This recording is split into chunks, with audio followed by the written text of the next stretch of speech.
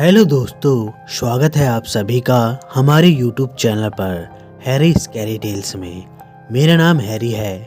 आज मैं आप सभी के लिए शापित घर लास्ट पार्ट लेकर आया हूँ।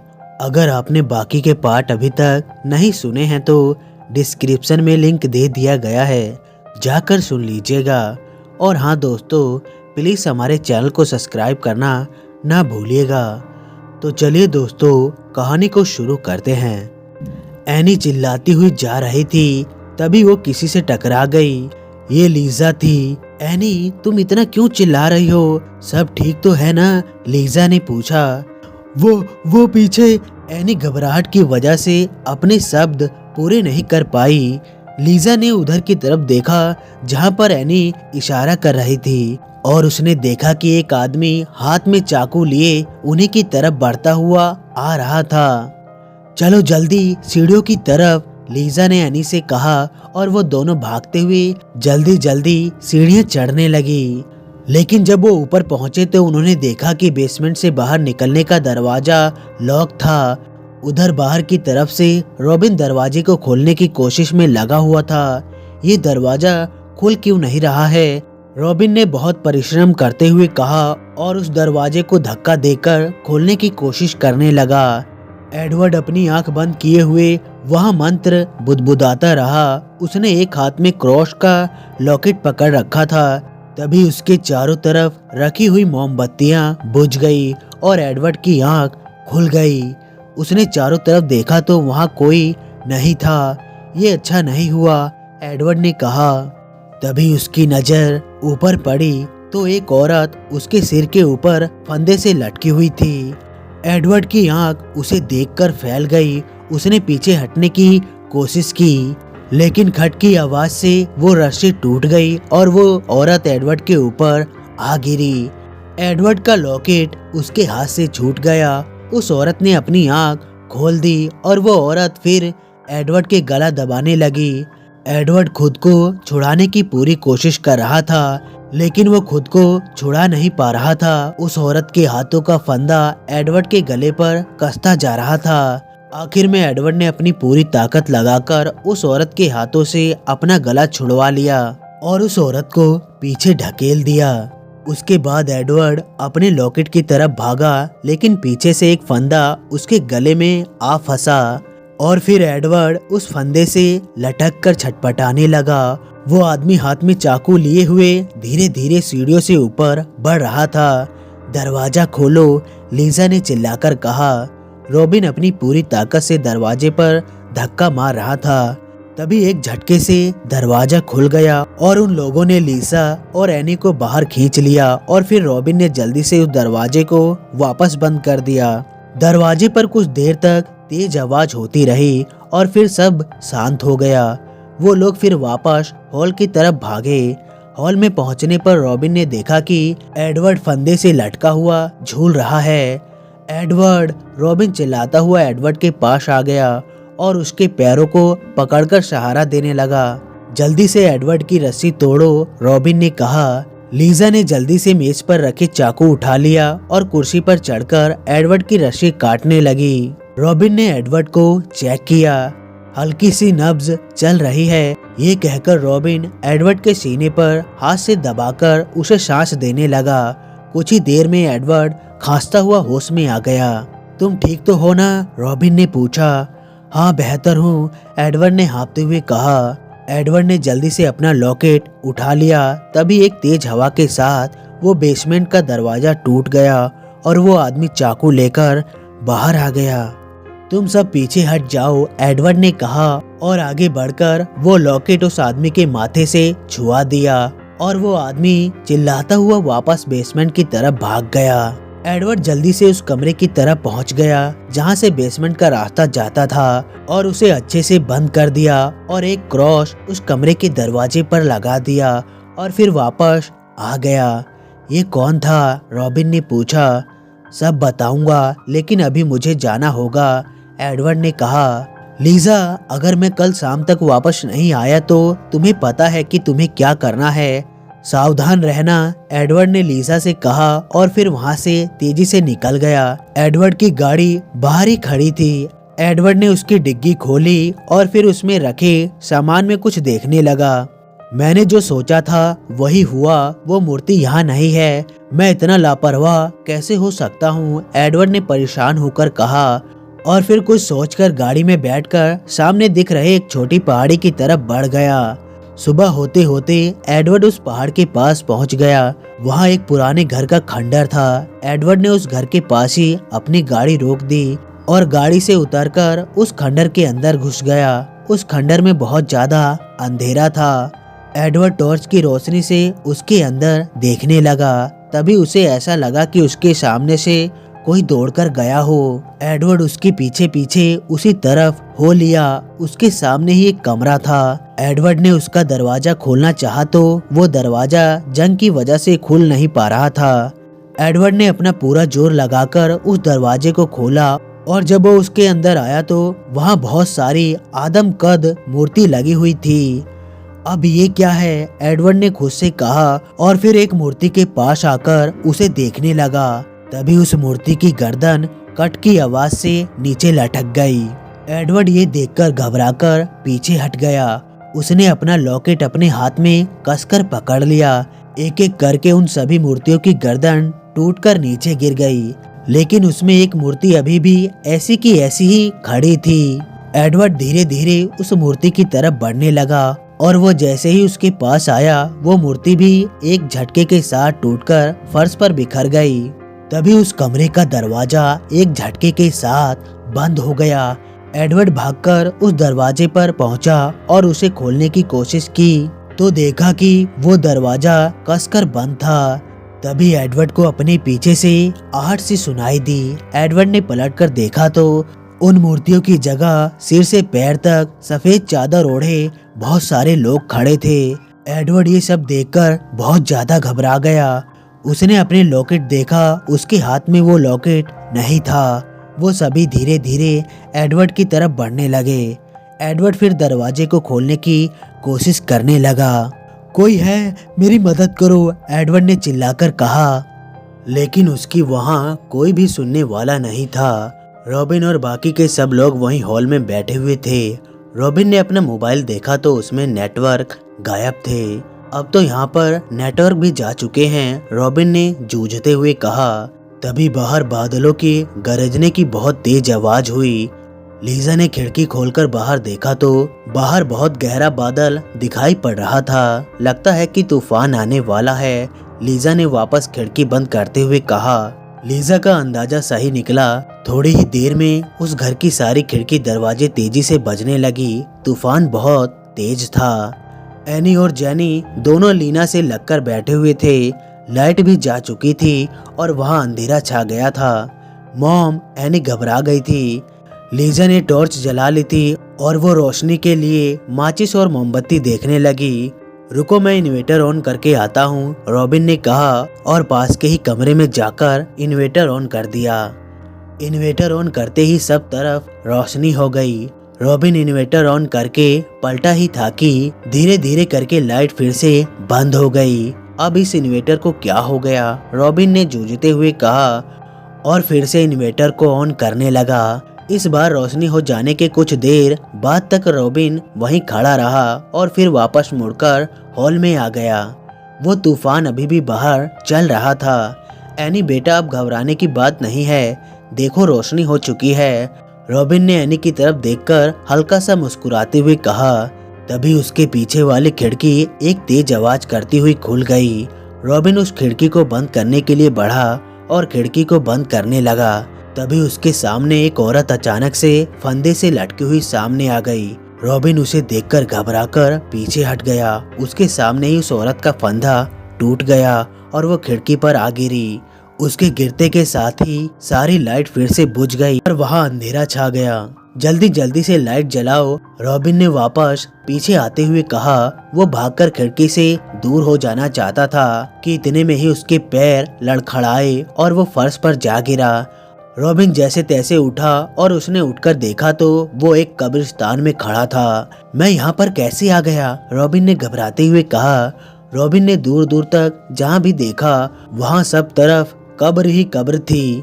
तभी उसके कान में किसी औरत के रोने की आवाज आने लगी। रॉबिन ने इधर उधर देखा लेकिन उसे कोई दिखाई नहीं दिया। वो रोने की आवाज फिर से सुनाई दी और रॉबिन ने अपने पास देखा तो उसके पास ही एक औरत बैठकर रो रही थी। उसने अपना चेहरा एक जाली से ढक रखा था। रॉबिन उसे देखकर घबराकर पीछे हट गया। वो औरत रोती रही और फिर अचानक चुप हो गई। कौन कौन हो तुम? रॉबिन ने हिम्मत करके पूछा। उस औरत ने रॉबिन की तरफ गर्दन घुमाई। तुम मरोगे, जरूर मरोगे, उस औरत ने रॉबिन से कहा और फिर जल्दी से उठकर पास वाले पेड़ पर चढ़ गई और थोड़ी ही देर में वो औरत फंदे से लटकी हुई थी। रॉबिन उसे देखकर चीखने लगा और उसने साथ ही अपनी आंख बंद कर ली। थोड़ी ही देर में जब उसने अपनी आंख खोली तो वो उसी इन्वेटर वाले कमरे में खड़ा था। उसका सारा बदन पसीने से भीगा हुआ था। मैं क्या सपना देख रहा था? रॉबिन ने खुद से कहा और फिर अंदर चला गया। अंदर आकर वो सोफे पर बैठकर उसके बारे में ही सोचने लगा। तभी उसकी नजर अपने पैर पर पड़ी जिन पर मिट्टी लगी थी। मिट्टी? ऐसा तो तभी हो सकता है जब मैं, यह कहकर रॉबिन सोच में पड़ गया। उधर वो सभी एडवर्ड की तरफ बढ़ते हुए उसके बिल्कुल करीब आ गए थे। ईश्वर मेरी मदद करो, एडवर्ड ने ऊपर हाथ करके कहा। ये कहते के साथ ही वो सभी पलक झपकते ही पीछे हटकर मूर्ति में बदल गए। एडवर्ड ने देखा तो ऊपर उसके हाथ के पास ही वो लॉकेट लटका हुआ था। एडवर्ड ने जल्दी से वो लॉकेट उतार लिया और उसे अपने हाथ में कसकर पकड़ लिया और उस कमरे को खोलने लगा। इस बार वो कमरा जल्दी से खुल गया। मुझे अब वापस उन लोगों के पास जल्दी से जल्दी पहुंचना होगा, एडवर्ड ने कहा और उस खंडर से बाहर निकलने लगा कि तभी एक पुरानी सी डायरी उसके पास आकर गिरी। एडवर्ड ने उस डायरी को उठा लिया और बाहर निकल गया। जब वो बाहर आया तो बाहर बहुत तेज हवा चल रही थी। एडवर्ड ने वहीं रुककर इंतजार करना ठीक समझा और फिर एक कोर्ट में बैठकर उस डायरी को पढ़ने लगा। जैसे जैसे एडवर्ड डायरी पढ़ता जा रहा था वैसे वैसे उसको सब समझ में आता जा रहा था। उधर सब हॉल के कमरे में ही बैठे हुए एडवर्ड का इंतजार कर रहे थे। तभी बेसमेंट के दरवाजे पर बहुत तेज आहट हुई। ऐसा लगता था कि कोई उस बेसमेंट के दरवाजे को तोड़ देना चाहता हो। लीजा ने ये देखकर क्रॉस हाथ में लेकर कुछ बुदबुदाना शुरू कर दिया। लीजा बुदबुदाती रही और फिर वो आवाज आनी बंद हो गई। लीजा ने अपना बुदबुदाना बंद कर दिया और फिर उधर की तरफ ही देखने लगी। तभी तेज हवा के साथ उस बेसमेंट का दरवाजा टूटकर बाहर आ गिरा। ये देखकर सब बहुत ज्यादा घबरा गए और बच्चों की तो चीख ही निकल गई। सब ठीक है, सब ठीक है, लीना ये कहकर बच्चों को दिलासा देने लगी। तभी बाहर दरवाजे पर कोई दस्तक देने लगा। शायद एडवर्ड सर आ गए हैं, तुम सब यही रहना, लीजा ये कहकर बाहर दरवाजे पर पहुंच गई। लीजा ने जब दरवाजा खोलकर देखा तो वहां कोई नहीं था। लीजा वापस मुड़ी तो उसके सामने वही मूर्ति खड़ी थी। लीजा चौंककर उस मूर्ति को देखने लगी। तभी एक कट की आवाज से उस मूर्ति की गर्दन एक तरफ झुक गई और लीजा ने क्रॉस अपने हाथ में कसकर पकड़कर कुछ बुदबुदाने लगी। तभी उसके चेहरे पर कुछ गिरा। लीजा ने हाथ से पोंछकर देखा तो वो खून था। लीजा ने घबराकर ऊपर देखा और उसे ऊपर ही किसी ने खींच लिया। लीजा की चीख भी नहीं निकल पाई। अंदर चारों एक तरफ सिकुड़े हुए बैठे थे। तभी लीना के बाल पीछे से हल्के हल्के उड़ने लगे। मॉम, ये आपके बाल क्यों उड़ रहे हैं? जैनी ने लीना को देखते हुए कहा। मेरे बाल उड़ रहे हैं? लीना ने हैरानी से पूछा और फिर अपने बाल देखने लगी। मॉम, डैड, एनी ने घबराते हुए उस तरफ इशारा किया जहां से वो फर्श टूट गया था। उधर से एक हाथ ऊपर आ रहा था और तभी वहां से एक रस्सी आई और सीधा लीना के गले में आकर पड़ी और लीना खींचती हुई उसके अंदर चली गई। लीना, रॉबिन चिल्लाता हुआ उस टूटे हुए फर्श के पास आया और फिर चिल्लाकर लीना को आवाज देने लगा। वो जरूर वो बेसमेंट में ही गई होगी। आज मैं ये किस्सा ही खत्म कर दूंगा। रॉबिन ये कहकर अपनी गन लेकर बेसमेंट की तरफ भागता हुआ चला गया। एनी और जेनी वहीं उस टूटे हुए फर्श के पास बैठकर अपनी मोम को आवाज देने लगी। तभी उन्हें एहसास हुआ कि उनके पीछे कोई खड़ा है। उन्होंने पलटकर देखा तो वही मूर्ति उनके पीछे खड़ी थी। ये मूर्ति यहाँ कैसे आई? जेनी ने घबराते हुए कहा कि तभी उस मूर्ति ने उन दोनों को भी धक्का दे दिया और वो दोनों भी उसी टूटे हुए फर्श से नीचे जा गिरी। एडवर्ड जब घर के अंदर आया तो उसे वहाँ कोई नहीं दिखाई दिया। घर के सारे लोग कहाँ गए, एडवर्ड ने कहा, और फिर कुछ सोचकर वो जल्दी से बेसमेंट की तरफ दौड़ पड़ा। बेसमेंट में आकर उसने देखा तो वो चारों उस दीवार से लटके हुए छटपटा रहे थे। एडवर्ड भागकर उनके पास आ गया और एक एक करके उनकी रस्सी खोलने लगा। तभी उसके पास वो दोनों सफेद चादर ओढ़े हुए आकर खड़े हुए। एडवर्ड अपने पीछे देखो, रॉबिन ने चिल्लाकर कहा। एडवर्ड ने पलटकर देखा और अपना लॉकेट आगे कर दिया। वो दोनों तुरंत वहां से गायब हो गए। एडवर्ड ने जल्दी से उन लोगों को उतार लिया। एडवर्ड, हमें बताओ कि आखिर इन सब से हमारा पीछा कब छूटेगा, रॉबिन ने परेशान होकर कहा। इस घर पर जो श्राप है वो इसी दीवार के पीछे से शुरू हुआ है, एडवर्ड ने कहा। लेकिन ये दीवार तो टूटती ही नहीं, लीना ने कहा। अब टूटेगी, क्योंकि अब हमें वजह का पता है कि ये सब कैसे शुरू हुआ था, एडवर्ड ने कहा और फिर उस दीवार के पास आ गया। ए लीना, मैं तुम्हें मुक्त करने आया हूँ, हमारी मदद करो, एडवर्ड ने उस दीवार के पास आकर कहा। और उसके ये कहते ही उस दीवार में दरार पड़नी शुरू हो गई। एडवर्ड ने पास ही पड़ी कुदार उठा ली। तोड़ डालो इसे, एडवर्ड ने कुदार रॉबिन को पकड़ाते हुए कहा। रॉबिन ने कुदार लेकर उस दीवार को तोड़ना शुरू कर दिया। ये जो तुम्हें सफेद लिबास ओढ़े हुए दो साए दिखते थे, वो दोनों किसी जमाने में कब्र चोर थे जो कब्रिस्तान में कब्र खोदकर उनके कीमती सामान चुरा लेते थे।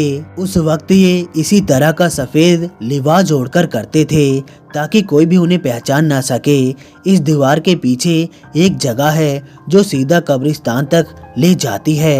ये दोनों उसी जगह का इस्तेमाल कब्रिस्तान में जाने आने के लिए करते थे। लेकिन एक दिन उन्होंने कुछ ऐसा काम किया जिसकी वजह से वो दोनों तो जान से गए ही, लेकिन उनके साथ साथ ये जगह हमारे लिए शापित बनकर रह गई, एडवर्ड ने बताया। ऐसी क्या बात हुई थी, लीना ने पूछा। एक दिन जब इन दोनों ने एक कब्र खोदी तो उसमें एक औरत थी, लेकिन वो औरत मरी नहीं थी बल्कि जिंदा थी, जिसके पति ने जानबूझकर उससे पीछा छुड़ाने के लिए उसे मरा हुआ दिखाकर जिंदा दफन करवा दिया था।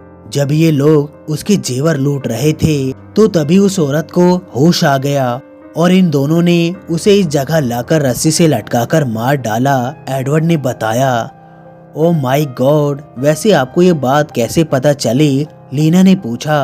मैं जब यहाँ से गया था तो मैं इसी बारे में जानने के लिए कहीं गया हुआ था और वहाँ मेरे हाथ एक डायरी लगी और उससे ही मैं ये सब जान पाया, एडवर्ड ने बताया।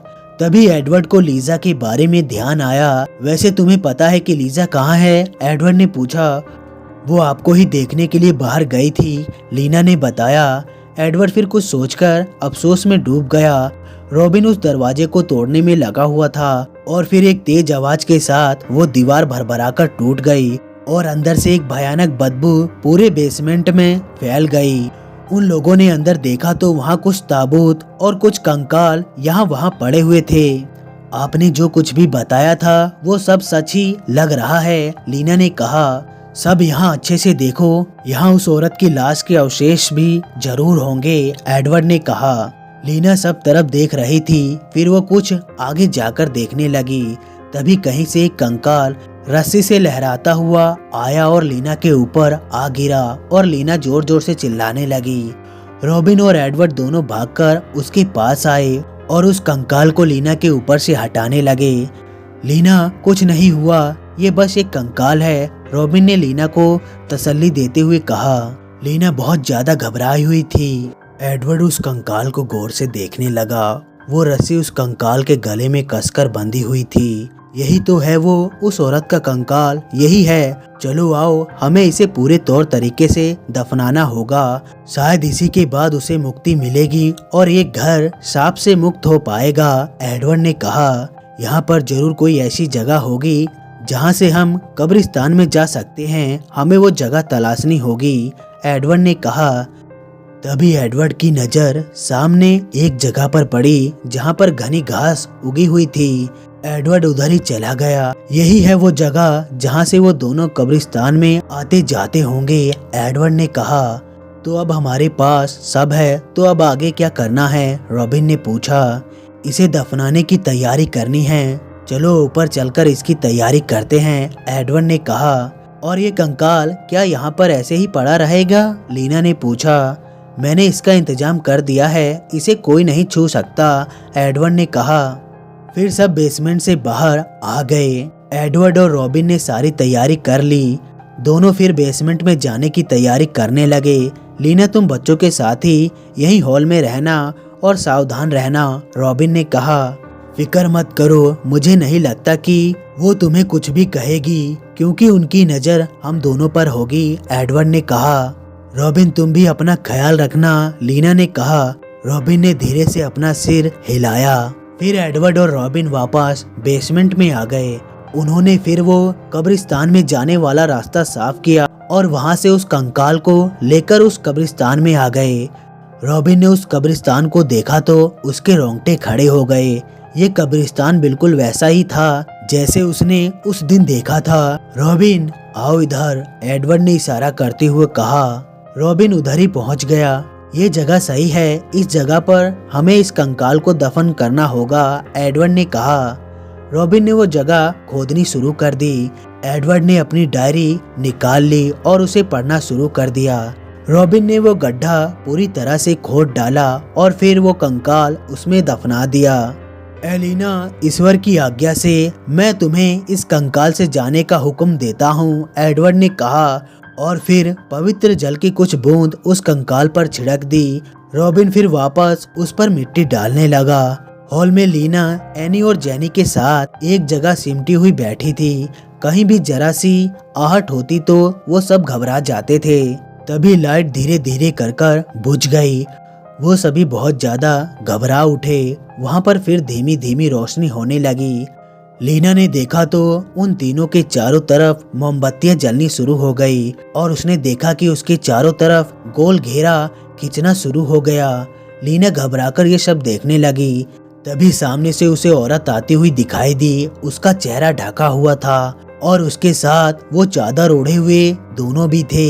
लीना की ये सब देखकर आंख फूट गई। लीना ने बच्चों के साथ वहां से उठना चाहा, लेकिन वो अपने आप को हिला पाने में भी सफल ना हो सकी। वो औरत घेरे के पास आकर बैठ गई और उसने कुछ पढ़ना शुरू कर दिया। कौन हो तुम हम लोगों से क्या चाहती हो? लीना ने पूछा। तुम तीनों की जान, मुझे बस 3 बलि चाहिए और फिर शैतान की हुकूमत इस धरती पर होगी, उस औरत ने कहा। ये सुनकर लीना के रोंगटे खड़े हो गए। एडवर्ड को अभी भी बहुत अजीब लग रहा था। अभी तक कुछ भी ऐसा नहीं हुआ था जिससे उसे लगे कि कोई उन्हें इन सब से रोकना चाहता हो। रॉबिन ने अपना काम पूरा कर दिया था। तभी उसे वो पेड़ दिखाई दिया जो उसने उस दिन देखा था। रॉबिन उसी तरफ बढ़ गया। रॉबिन, कहाँ जा रहे हो? एडवर्ड ने पूछा। रॉबिन ने कोई जवाब नहीं दिया तो एडवर्ड भी उसके पीछे हो लिया। रॉबिन उस पेड़ के पास पहुंच गया। वहाँ एक कब्र थी। पीछे से एडवर्ड भी वहाँ आ गया। मैंने ये जगह एक सपने में देखी थी। मैं अभी तक ये नहीं कह सकता कि वो सच में एक सपना था या हकीकत, लेकिन ये जगह बिल्कुल वैसी है, रॉबिन ने हैरान होते हुए बताया। एडवर्ड उस कब्र पर लगे हुए पत्थर पर नाम पढ़ने लगा। एलिना, एडवर्ड ने पढ़ा। अगर एलिना की कब्र है तो फिर वो कंकाल किसका था? रॉबिन ने पूछा। रॉबिन की बात सुनकर एडवर्ड भी सोच में पड़ गया। एडवर्ड फिर उस पेड़ के पास आ गया। रॉबिन, मुझे जरा यहाँ थोड़ी रोशनी दिखाना, एडवर्ड ने कहा। रॉबिन उसे टॉर्च से रोशनी दिखाने लगा। एडवर्ड ने उस पेड़ को गौर से देखा। उस पेड़ के तने पर कुछ काला जादू हुआ था। काला जादू? एडवर्ड उसे देखकर बुदबुदाया। चलो, हमें जल्दी घर पर पहुंचना होगा, उसने हमें धोखा दिया है, एडवर्ड ने कहा। दोनों भागते हुए घर की तरफ बढ़ने लगे। उस औरत के हाथ में एक चाकू आ गया। तुम चाहो मेरी जान ले लो, लेकिन मेरी बच्चियों को छोड़ दो, लीना ने गिड़गिड़ाते हुए कहा। उस औरत ने कोई जवाब नहीं दिया। वो बस चाकू लेकर लीना की तरफ बढ़ने लगी। लीना ने बच्चों के साथ उठकर भागने की कोशिश की, लेकिन एक चाकू पीछे से आया और लीना की कमर में गड़ गया और लीना एक जोर की चीख मारकर वहीं गिर पड़ी और उसका खून तेजी से फर्श पर फैलने लगा और जहां जहां उसका खून फैल रहा था वो हर जगह काली पड़ने लगी थी। मॉम, उठिए प्लीज, एनी और जेनी लीना को हिलाने लगी। उस औरत ने हल्के से इशारा किया और एनी और जेनी भी वहां बेहोश होकर गिर पड़ी। एडवर्ड और रॉबिन बेसमेंट में पहुंचकर तेजी से सीढ़ियों से ऊपर चढ़ने लगे, लेकिन जैसे ही वो दोनों ऊपर पहुंचे, एक तेज आवाज के साथ वो दरवाजा बंद हो गया। लीना, लीना दरवाजा खोलो, रॉबिन ने दरवाजा पीटते हुए कहा, लेकिन किसी ने कोई जवाब नहीं दिया। एडवर्ड, लीना और बच्चे जरूर खतरे में हैं, कुछ करो एडवर्ड, रॉबिन ने घबराती हुई कहा। एडवर्ड कुछ सोचने लगा। हमें कब्रिस्तान के रास्ते से घर में घुसना चाहिए, रॉबिन ने कहा। नहीं, एक और तरीका है, चलो आओ मेरे साथ, एडवर्ड ने कहा। एडवर्ड जल्दी से रॉबिन को अपने साथ ले गया। वो दोनों जल्दी से ऊपर पहुंच गए, जहां पर वो फर्श टूटा हुआ था। ये तो काफी ऊंची जगह है, हम इस पर से कैसे ऊपर चढ़ सकते हैं, रॉबिन ने पूछा। तुम मुझे सहारा दो, पहले मैं इस पर से ऊपर चढ़ने की कोशिश करता हूँ, एडवर्ड ने कहा। रॉबिन एडवर्ड को सहारा देने लगा और एडवर्ड जैसे तैसे ऊपर चढ़ गया। एडवर्ड वहाँ का नज़ारा देखकर हैरान रह गया। लीना और बाकी दोनों बच्चे ऊपर लटके हुए थे और एक औरत बीच घेरे में गर्दन झुकाए बैठी हुई थी। तो मेरा शक सही था, एडवर्ड ने खुद से कहा और वो धीरे धीरे उस औरत की तरफ बढ़ने लगा। रॉबिन नीचे ही खड़ा हुआ था। एडवर्ड, मुझे भी ऊपर आने में मदद करो, रॉबिन ने नीचे से आवाज दी। तभी रॉबिन को एहसास हुआ कि उसके पास कोई खड़ा है। रॉबिन ने सिर घुमाकर देखा तो लबादे ओढ़े एक आदमी उसके पास खड़ा था। इससे पहले कि रॉबिन कुछ समझ पाता कि उस आदमी ने चाकू लिया और रॉबिन के ऊपर झपट पड़ा। रॉबिन बचना चाहा, लेकिन फिर भी वो चाकू उसके कंधे में जा गड़ा और रॉबिन को फिर से कोई होश ना रहा। एडवर्ड ने अपना लॉकेट अपने हाथ में कसकर पकड़ लिया और फिर तेजी से उस औरत की तरफ बढ़ने लगा। तभी पीछे से एक फंदा आया और उसके गले में पड़ा और एडवर्ड घसीटता हुआ पीछे चला गया। किसी ने उस फंदे को कसकर पकड़ रखा था और एडवर्ड चाहकर भी खुद को नहीं छुड़ा पा रहा था। वो औरत फिर उठ गई और उस घेरे से बाहर चली गई और उसके बाहर जाते ही उस घेरे में आग लग गई और एक ही झटके में उस घर का फर्श टूट गया और वहां से लपटें उठने लगी। उन लपटों में एक धुंधली सी आकृति उभरने लगी। एडवर्ड उसे चौंक कर देखने लगा। वो लपट लीना और बच्चों के पास पहुंचती जा रही थी, लेकिन एडवर्ड चाहकर भी कुछ नहीं कर पा रहा था। तभी अचानक वहां पर लीजा आ गई। तुम्हारा खेल खत्म, ये कहकर लीजा ने उस औरत के माथे पर लीजा ने आकर क्रॉस रख दिया। एली, ईश्वर की आज्ञा से मैं तुम्हें इस दुनिया से जाने का हुक्म देती हूँ, लीजा ने कहा और उसके ये कहते के साथ ही उस औरत की गर्दन एक तरफ लुढ़क गई और वो लड़खड़ाती हुई उसी आग के घेरे में जा गिरी और वो आकृति गायब हो गई। उसके आग में गिरते के साथ ही एडवर्ड ने भी खुद को छुड़ा लिया और अपने लॉकेट से एक ही झटके में उस लबादे ओढ़े आदमी को जला डाला। एडवर्ड फिर भागकर लीजा के पास आ गया। थैंक गॉड तुम ठीक हो, एडवर्ड ने कहा। हमें लीना और बच्चों को उतारना चाहिए, लीजा ने कहा। एडवर्ड और लीजा ने कोशिश करके लीना और बच्चों को वहां से उतार लिया। ऐसा करते ही वो आग दोबारा भड़क उठी। रॉबिन कहाँ है, लीजा ने पूछा। ओ, मुझे याद आया, वो और मैं आखिरी बार बेसमेंट में थे। तुम इन सबको लेकर बाहर जाओ, मैं जाकर रॉबिन को देखता हूँ, एडवर्ड ने कहा और उस टूटे हुए फर्श के पास आ गया। रॉबिन, एडवर्ड ने उस टूटे हुए फर्श के पास जाकर आवाज दी, लेकिन उसे नीचे से आवाज नहीं आई। एडवर्ड फिर भागकर बेसमेंट की तरफ चला गया और जल्दी से वहां पर रॉबिन को देखने लगा, लेकिन रॉबिन वहां कहीं भी नहीं दिखाई पड़ा। ये रॉबिन कहाँ गया, एडवर्ड ने सोचकर कहा। आग तेजी से पूरे घर को निकलने लगी थी। फर्श की लकड़ियां भी जल जल कर बेसमेंट में गिरने लगी और एडवर्ड उसे देखकर उस कब्रिस्तान वाले रास्ते पर निकल गया। एडवर्ड ने वहां आकर देखा तो रॉबिन उसी पेड़ से लटका हुआ था। वो भागकर वहां पहुंचा। एडवर्ड उसे उतारता कि उससे पहले ही रॉबिन की गर्दन ने एक झटका लिया और उसकी रस्सी टूट गई। वो बेजान होकर नीचे आ गिरा। एडवर्ड ने जल्दी से उसे चेक किया तो वो मर चुका था। एडवर्ड ने एक निराशा भरी सांस ली। नहीं, अब और नहीं, एडवर्ड ने कहा और कुछ मंत्र बुदबुदाकर अपना लॉकेट पेड़ की एक डाली से कसकर बांध दिया। एडवर्ड फिर धीरे धीरे घर की तरफ बढ़ने लगा। वो घर दूर से जलता हुआ दिखाई पड़ रहा था और उसी से थोड़ा सा दूर लीजा बैठी हुई थी और उसी के पास दोनों बच्चे बैठे हुए थे। एडवर्ड भी उनके पास आकर बैठ गया। रॉबिन कहाँ है? लीजा ने एडवर्ड को देखकर पूछा। एडवर्ड ने एक बार बच्चे की तरफ देखा और फिर धीरे से नाम एक गर्दन हिला दी। लीना जिंदा है लेकिन उसकी हालत ठीक नहीं है। मैंने एम्बुलेंस को फोन कर दिया है। आई होप कि वो लोग जल्दी ही यहाँ पर आ जाएंगे, लीजा ने बताया। एडवर्ड ने धीरे से अपनी गर्दन हिलाई। वैसे तुम यहाँ पर कैसे आई और तुम्हें उस औरत के बारे में इतना कुछ कैसे पता चल गया? एडवर्ड ने पूछा। मैं तुम्हें देखने के लिए दरवाजे पर आई थी और अचानक ही मुझे किसी ने ऊपर खींच लिया और जब मुझे होश आया तो मैंने खुद को एक कमरे में पाया। मुझे वहाँ से ये सब पता चला। ये औरत एली थी जो काला जादू करती थी।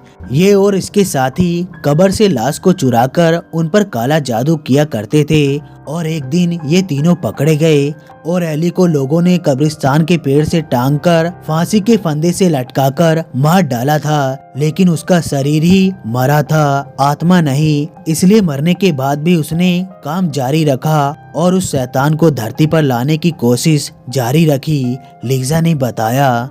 लगता है कि वहाँ कोई ऐसा था जो हमारी मदद कर रहा था, लीजा ने थोड़ा रुककर कहा। खैर अब इस घर के जलने के साथ ही वो सब खत्म हो गए हैं। अगर तुम नहीं आती तो शायद वो शैतान अब तक हम सबको निगल गया होता, एडवर्ड ने कहा। वो लोग फिर उस घर को देखने लगे जो धू-धू करके जल रहा था। एक शापित घर जिसका वजूद उस आग में धीरे धीरे खत्म होते जा रहा था। तो दोस्तों कहानी बस यहीं तक थी। कहानी आप लोगों को कैसी लगी लाइक और कमेंट करके जरूर बताएं और साथ में हमारे चैनल को भी सब्सक्राइब कर लें। तो दोस्तों मिलते हैं अगली वीडियो में, तब तक के लिए धन्यवाद।